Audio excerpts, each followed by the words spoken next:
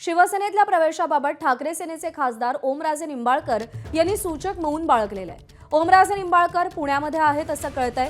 शिवसेनेच्या ऑपरेशन टायगरमध्ये ओमराजे निंबाळकर यांच्या नावाची देखील प्रचंड चर्चा आहे, पण ते सध्या पुण्यात आहेत असं कळतंय। ते दिल्लीला जाणार का या संदर्भात अजूनही स्पष्टता आलेली नाही, पण ओमराजे निंबाळकर सुद्धा ऑपरेशन टायगरमध्ये असतील अशी चर्चा सध्या जोरदार रंगलेली आहे। धाराशिवचे खासदार आहेत ओमराजे निंबाळकर आणि त्यांचा लोकांशी असलेला कनेक्ट हा त्यांचा खूप मोठा USP आहे।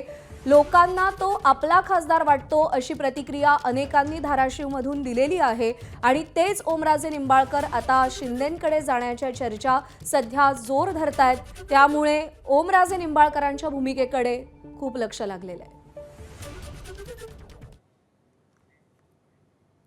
दरम्यान खासदार ओमराजेंच्या शिवसेना प्रवेशाचा निर्णय झालेला नाही। ठाकरेंच्या शिवसेनेच्या शहर प्रमुखांनी शक्यता फेटाळली आहे। धाराशिवचे शहर प्रमुख सोमनाथ गुरव यांनी वक्तव्य केलंय। मुलांची तब्येत बरी नसल्यानं ओमराजे पुण्यामध्ये असल्याचं गुरव यांनी सांगितलंय। ओमराजेंकडून पक्षप्रवेशाचे संकेत निर्देश नाहीत असं शिवसेनेच्या शहराध्यक्षांनी सांगितलंय।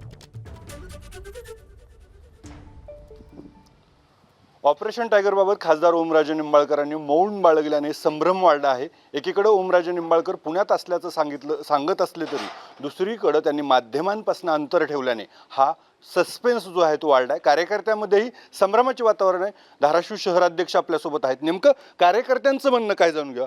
ओमराजे निंबाळकर शिवसेनेत प्रवेश करणार ही चर्चा आहे, काय नेमकं वाटतं या चर्चेबद्दल? अद्याप असा कुठलाही निर्णय झालेला नाही। माझं सन्माननीय खासदार ओमदादा यांच्याशी माझी चर्चा झालेली आहे। आपण बघितलं असेल की काल कैलासवासी पवनराजे निंबाळकर यांच्या हत्याकांडाचा निकाल होता, तो 20 तारखेला पुढे ढकलण्यात आलेला आहे। सध्या आमचा विषय तो फक्त त्या हत्याचा जो निकाल आहे त्याकडे सगळ्याचं लक्ष आहे आणि अद्याप ह्या आपल्या प्रसारमाध्यमाच्या माध्यमातूनच हे आम्हाला समजतं आहे की ओमराजेंचा विषय, परंतु ओमराजांनी असं कुठलेही स्पष्ट निर्देश दिलेले नाहीत। त्याच्यामुळं हा विषय अद्यापपर्यंत काही नाही आहे। ओमराजेंशी शेवटचं तुमचं बोलणं काय झालं, कधी झालं आणि ते आता कुठं आहेत सध्याला? सध्या ओमराजे हे पुण्यामध्ये आहेत। त्यांचा मुलगा आजारी असल्यामुळं ते दवाखान्याच्या कामकाजानिमित्त पुण्यामध्ये आहेत। माझं त्यांचं बोलणं झालेलं होतं आणि त्यांनी सांगितलं की मी पुण्यामध्ये आहे आणि ज्या काय चर्चा आहेत ह्या प्रसारमाध्यमाच्या मधून आम्हाला कळाल्या, तर त्यांनी सांगितलं की अद्यापर्यंत आपला कुठला असा निर्णय झालेला नाही आहे।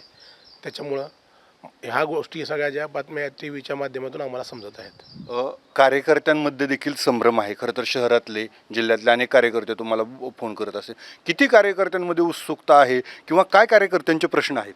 नाही, कसं आहे, कार्यकर्त्यांचे प्रश्न आहेत निश्चित, परंतु कार्यकर्ते पण संभ्रमावस्थेमध्ये आहेत। अद्याप जोपर्यंत ओमदादाचा काही निर्णय होत नाही तोपर्यंत हे सर्व गुलदस्त्यामध्ये राहणार आहे। अद्याप काही कुठली भूमिका स्पष्ट नाही, त्याच्यामुळं आत्ताच त्याच्यावर वक्तव्य करणं हे म्हणजे सूचित दिसणार नाही। धाराशिवला ओमराजे कधी येणार असं त्यांनी काय सांगितलंय का? कधीपर्यंत मतदारसंघात येणार आहे? या प्रकरणाचा निकाल 20 तारखेला आहे। ती तारीख झाल्यानंतरच ओमदादा जिल्ह्यामध्ये येतील। तर हे होते शिवसेना ठाकरे गटाचे शहराध्यक्ष। खरं तर कार्यकर्त्यांमध्ये देखील संभ्रमाचं वातावरण आहे आणि ओमराजे काय भूमिका घेतात याकडे संपूर्ण जिल्ह्याचं लक्ष लागलंय। अप्पासाहेब शेळके, ABP माझा, धाराशिव।